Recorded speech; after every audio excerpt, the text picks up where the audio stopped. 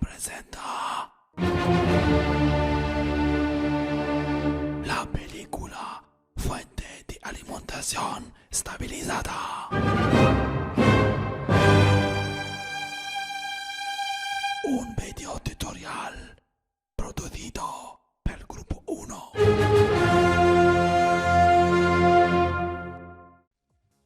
Salut les amis, aujourd'hui je vais vous présenter un circuit redresseur. Ça veut dire comment réaliser une alimentation stabilisée parallèle.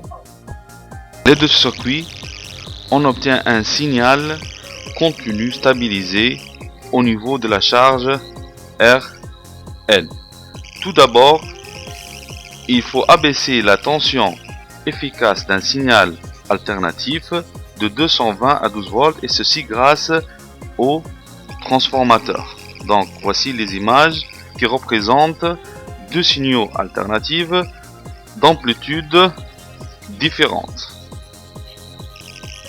Après ceci, ce signal alternatif abaissé, il doit être redressé.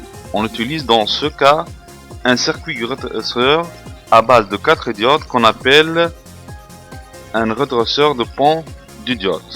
À quoi sert ce redresseur? Tout simplement à éliminer la partie négative pour en devenir un signal continu positif de forme double onde. Ce signal en double onde, il va être filtré, et ceci grâce au condensateur qui agit comme un filtre, de sorte que le signal devient continu ondulé, et c'est en fonction de la valeur du condensateur, l'ondulation sera plus ou moins grande. Donc, voici l'image qui représente le signal qui est ondulé. Ce signal ondulé, il va être stabilisé par la diode Zener. La diode Zener est utilisée en tant que stabilisateur. Avec un faible courant qui la traverse, le Zener élimine l'ondulation et assure une tension positive constante stabilisée qu'on la nomme la tension VZ. Grâce à une résistance limiteuse, le courant du diode Zener est faible et le reste du courant passe vers la charge RL. Dans le cas où la résistance RL devient faible, un fort courant sera absorbé et le Zener ne sera plus capable de fournir sa tension VZ. C'est pourquoi on y ajoute un transistor garantissant ainsi le courant de sortie nécessaire sans affecter la tension constante VZ.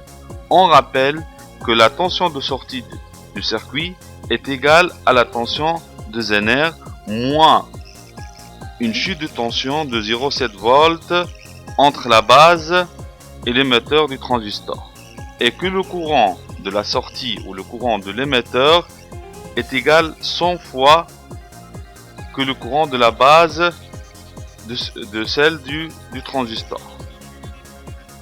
Bon, je vous remercie pour votre attention. Moi c'est Mehdi Amara, j'espère que ce vidéo tutoriel vous a plu. Je vous salue et je vous dis à la prochaine fois. Ciao.